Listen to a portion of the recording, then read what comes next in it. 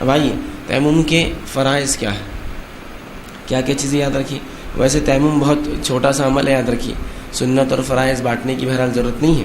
میں فرائض سنتیں سب بہرحال ایک ساتھ رکھنے کی کوشش کرتا ہوں، چونکہ بہت مختصر عمل ہے. یہ وضو کے جیسا لمبا بھی نہیں ہے یا غسل جیسا بھی نہیں ہے. وضو بہت لمبا ہے، اسے بہت ساری چیزیں ہیں.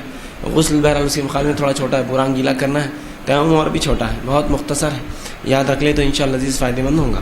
اور اتنی آسان عبادت ہونے کے باوجود بھی بہت سے لوگ اس معاملے میں غفلت برتتے ہیں، اور مختلف علاقوں میں مختلف تیمم کے طریقے لوگ استعمال کرتے ہیں، جو کہ کتاب و سنت سے ثابت بھی نہیں ہوتے. دوسرا، جب کسی کو اگر علم بھی ہوتا ہے کہ تیمم یہ ہے، تو چونکہ اس نے پڑھا ہوا نہیں ہوتا ہے. دیکھیے سننا ایک الگ چیز ہوتی ہے اور پڑھنا ایک الگ چیز ہوتی ہے.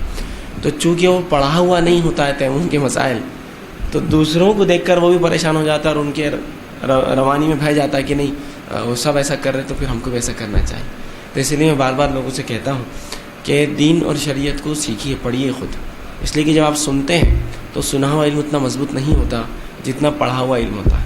اور کبھی کبھار بولنے والا بھی کیا کرتا ہے، کچھ باتوں کو بول نہیں پاتا، سمجھا نہیں پاتا ہے آپ کو، ہے نا، اور آگے بات چلے جاتی ہے.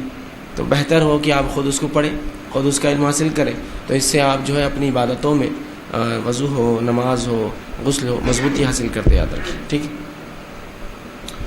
اب تیمم کے آئیے فرائض ہم دیکھتے ہیں. سب سے پہلی چیز جو ہر کام سے پہلے فرض ہے وہ ہے نیت کا کرنا، اور نیت دل کا ارادہ. یاد رکھیں، اس کے لیے کوئی خاص الفاظ ثابت نہیں ہیں، ورنہ لوگوں نے نماز، روزہ، زکوٰۃ، حج اور ہر چیز کے لیے نیت میں الفاظ ڈال دیے. یاد رکھیں، ٹھیک ہے. تو بہرحال الفاظ صرف حج کی حد تک نبی اکرم صلی اللہ علیہ وسلم سے نیت کے ساتھ الفاظ ثابت ہیں. اس کے علاوہ کسی عمل میں نیت کے ساتھ الفاظ نہیں. یاد رکھیں، نیت دل کا ارادہ ہے. تو پہلا فریضہ آپ کو جب تیمم کرنا ہے تو آپ نیت کریں گے اس کے لیے کہ اللہ میں فلاں عبادت کے لیے، بہرحال وہ دل کا ارادہ ہے، وہ آپ کے لیے کافی ہے. ٹھیک ہے، تو پہلی چیز نیت کا کرنا. ٹھیک. دوسری چیز پاک مٹی کا ہونا. یاد رکھیں، ٹھیک ہے.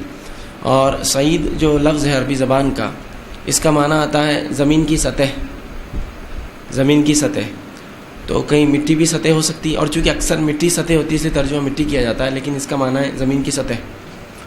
تو جیسا کہ اگر عرب علاقے میں جائے تو مٹی کا معنی ریت ہوگا، اس لیے کہ وہاں وہ ہمارے دھول جیسی مٹی نہیں ہوتی، وہ کنکر ہوتے ہیں اس کے اندر، وہ ریت ہوتی ہے ایک قسم کی، لیکن اس کو مٹی بولا جاتا ہے.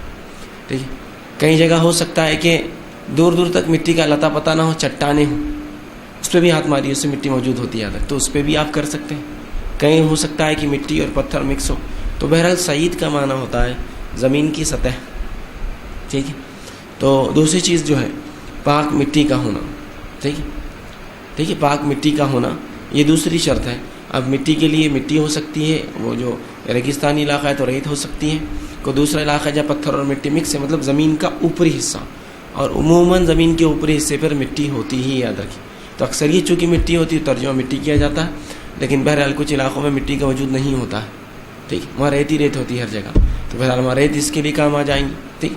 بہرحال تو زمین کے جو سطحی حصہ اکثر ہوتا ہے، ٹھیک ہے، وہ مٹی ہی ہوتا ہے. بہرحال تو اس پہ آپ ہاتھ ماریں گے، میں پاک مٹی کا قصد کرنا، اس پر ہاتھ مارنا. ٹھیک.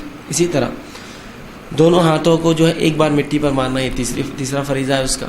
مٹی کا ہونا، پہلی چیز نیت کا ہونا، دوسرا مٹی کا ہونا، تیسرا آپ اس مٹی پر ایک بار ہاتھ ماریں گے. ٹھیک ہے. احتیاطاً کچھ لوگ کہتے ہیں 2 بار ہاتھ مارے جائے، یہ سنت سے ثابت نہیں ہے. اندر کی ایک بار کافی ہے آپ کے لیے. ہاں، یہ ہو سکتا ہے کہ مٹی پہ ہاتھ مارے بعد کچھ مٹی کے دانے لگ جائے تو آپ ان کو، یا کنکر ہو جو چپ سکتے ہیں تو آپ جھٹک سکتے ہیں ایک بار. لیکن بہرحال عموماً ویسی چیزیں لگتی نہیں ہیں، لیکن ہو سکتا ہے لگے تو آپ جھٹک سکتے ہیں. لیکن 2 بار مارنا یا 3 بار مارنا یا کئی بار مارنا، یا ہر عمل سے پہلے ایک بار مار کے چہرے کو، پھر ایک بار مار کے ہاتھوں کو، وہ درست نہیں. یاد رکھیں. ٹھیک. تو ایک بار تیسرا فریضہ ایک بار مٹی پر ہاتھ مارنا. چوتھا فریضہ یہ ہے کہ چہرے پر ایک مرتبہ ہاتھ پھیرنا. ٹھیک ہے. دونوں ہاتھ آپ نے مٹی پہ مارے، چہرے پر ایک مرتبہ ہاتھ کو آپ نے پھیرا. ٹھیک ہے. اور اس کے بعد جو ہے پانچویں چیز جو ہے آپ جو ہے ہتھیلیوں پر ہاتھ پھیریں گے. پہلے سیدھا اور پھر الٹا، جیسا ہر چیز میں عمل ہے، سیدھے سے نکل کر آپ الٹے کی طرف جائیں گے. تو پہلے سیدھا اور پھر الٹا. بس یہ تھے تیمم کے فرائض، اور کم و بیش یہی تیمم کی سنتیں ہیں. یاد رکھیے، مطلب تیمم یہی ہے مکمل. بس سنت میں آپ ایک چیز یہ اضافہ کر سکتے ہیں کہ آپ ہر عمل سے پہلے چونکہ بسم اللہ ہے، اس سے پہلے بسم اللہ پڑھ سکتے ہیں، یا علماء نے بہرحال اس بات کو کہا ہے کہ چونکہ یہ وضو کا قائم مقام ہے تو وضو کے بعد جو ہے بسم اللہ، پہلے وضو بسم اللہ کہا جاتا ہے تو بسم اللہ، یا بہرحال ہر عمل سے پہلے جو ہے کہ بسم اللہ کرنا چاہیے، تو یہ بسم اللہ، بس یہ ایک چیز اضافہ کر سکتے ہیں. تو یہ تیمم کا مکمل طریقہ ہے. ٹھیک. تو تیمم ہر وہ انسان کر سکتا ہے جس کو پانی نہ ملے، پانی استعمال پر قادر نہ ہو، بیماری کی وجہ سے، پانی بہت نیچے ہونے کی وجہ سے، یا پانی نہیں ملنے کی وجہ سے. پانی تو کسی کے پاس ہے، وہ دیتا نہیں ہے آپ کو، پانی تو ہے، پیسہ نہیں ہے خرید کے لینے کے لیے، بہرحال کچھ بھی شکلیں ہو سکتی ہیں.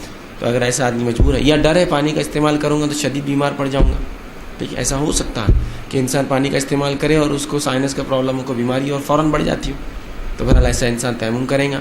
تیمم کا طریقہ یہ ہے کہ وہ جو انسان نیت کرے گا سب سے پہلے، اس کے بعد بسم اللہ وہ پڑھے، اس کے بعد جو ہے اپنے ہاتھ کو جو ہے دونوں مٹی پر مارے.